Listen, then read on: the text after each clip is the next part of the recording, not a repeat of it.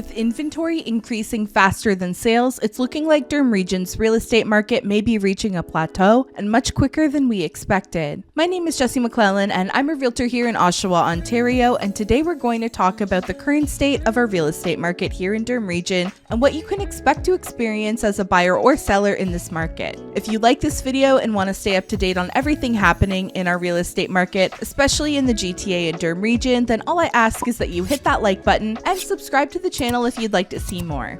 You can also use the first link in the description to book a call with me if you have any questions about our market or buying and selling a home in or around Durham Region. During the month of April in Durham Region, activity continued to pick up as is normal at this time of year. However, that activity was primarily on the listing side of the market. We only saw a 10.3% increase to the number of transactions in April when compared to the month prior, but we saw a 25% jump in the number of new listings. This has caused a few changes in our market landscape. The number of active listings on the market at the end of April was 1,549 listings. That's a 68.3% jump from the previous month. Up until April, we've seen a steady increase in new listings each month, but the number of sales has increased at a steady pace as well, and that new inventory was essentially being absorbed by the market rather than starting to accumulate any significant amount. And that's normal to see from the beginning of the year through the spring market until around June. But this year in April, we're noticing a change, which may be a bit of a turning point in the market. We saw a large amount of new listings come onto the market, but buyer activity didn't increase like seller activity did, and this has caused a huge jump to the number of active listings, and that means our months of inventory has grown as well. Now, our months of inventory is still only at 1.6 months of inventory, which is still very much a seller's market, but I also like to look at the sales to new listing ratio, which gives us an idea of how fast that inventory is actually being absorbed. And our sales to new listing ratio actually dropped down to 51.5%, which would suggest a much more balanced market, meaning that it is a seller's market and you can absolutely be in competition as a buyer, but that inventory is building, and so buyers will also be having more choice. And this could play into why some sellers in April and now May are feeling a little shocked when they don't see the number of offers or offer prices that they expected, because they see these crazy low inventory numbers in the middle of the spring market and assume that the demand is there like it had been in previous years. For example, if we look at 2023, we peaked at 1,860 new listings in June, but this year we're only in April and have almost reached the same number at 1,840.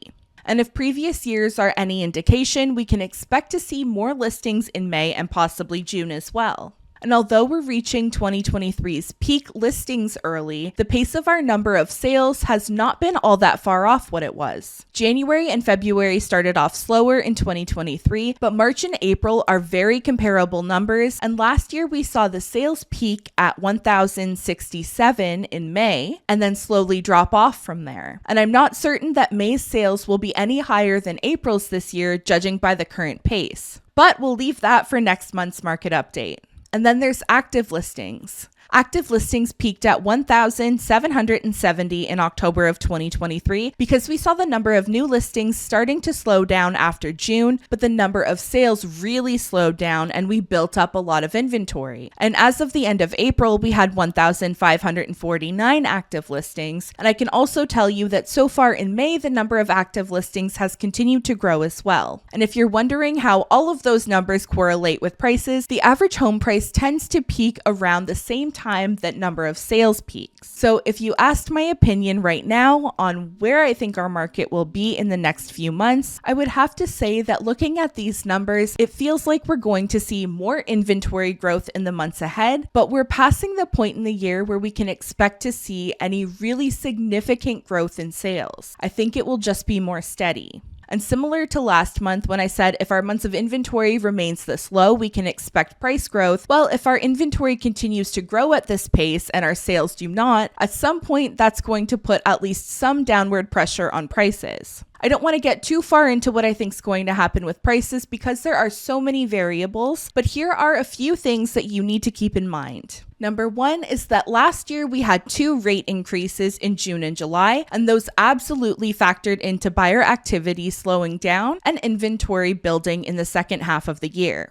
Number 2 is we could see rate changes again this year in June or July, and we don't know how that's going to affect the market. But being that it's once the spring market has passed, I don't think that a 0.25% rate cut is going to bring some flood of buyers back to the market. Number 3, there are changes and increases to the capital gains tax starting on June 25th of this year. So there's a possibility that the increased tax has encouraged some investors to sell, and that's contributed to the spike of new listings, especially those investors who bought a property 10, 20 plus years ago and have been holding on to it because they don't want to incur such a large penalty.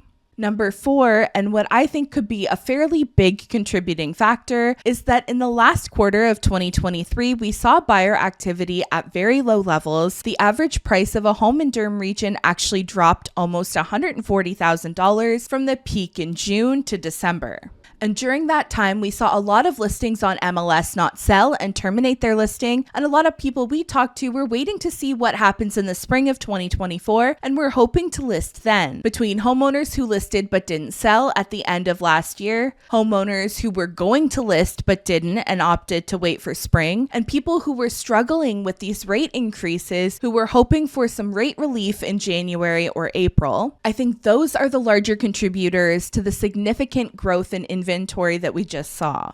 As for what you can expect if you're trying to buy or sell a home right now, it's always going to vary by area, type of home, and price range, and there is still plenty of demand in everything from the entry-level segment to up and over the $1 million price point. And there's plenty of homes coming up for sale that are holding offers and not reviewing any offers until a specific date and hoping to encourage multiple bids from buyers. However, this strategy becomes less and less effective as the inventory in that segment of the market builds and as demand drops off, which is what we are going to be expecting to experience moving forward. Many homes are reaching offer date and receiving 1 or 2 offers, often lower than expected, or not receiving any at all. So don't be turned off just because a home is holding offers, because there are still lots of opportunities there for buyers to get good deals when the market doesn't bring the offers that the seller was expecting. But when the market starts to transition or shift, sometimes sellers or listing agents don't adjust appropriately, which can be both beneficial to a buyer because it presents a good opportunity, but it can also be frustrating because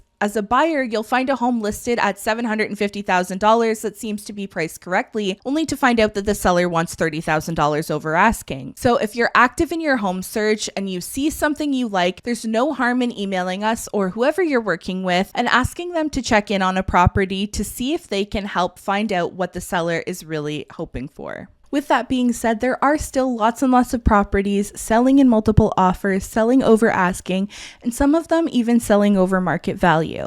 So if you're going to be selling your home, you need to be cohesive with your strategy. Your list price, your photos, the experience buyers will have viewing it in person, your price expectations, and how you plan on reviewing offers, whether that's reviewing them all on a specific date or looking at them as they come in. Those all have to align with each other. And remember, you'll likely have more competition on the market as more inventory comes on. So you can't list $100,000 over market value and hold offers and expect a bidding war. And you can't put up photos that don't accurately represent what buyers are going to experience when they walk in. No home is perfect and buyers will understand that, but you have to make sure that you're attracting the right group of buyers, which is why it's important that you're marketing and presenting your home the best you can, but also as accurately as you can. If you attract someone who's looking for a move-in ready home with updated finishes to a home that needs $50,000 in renovations, you'll be lucky to get a low-ball offer. But if you attract someone who's looking to get into that area but maybe doesn't have the budget for a fully renovated home in that area and can do a lot of work themselves, then they'll pay you more of a fair market value for your home. I hope these examples made sense. I'm more than happy to talk with you whether it's about buying or selling a home in and around Durham Region. If you found this video helpful, please give it a thumbs up and feel free to subscribe to the channel for more. You can use the link in the description to book a call with me if you have any questions. Thank you so much for watching until the end, and I'll see you in the next one.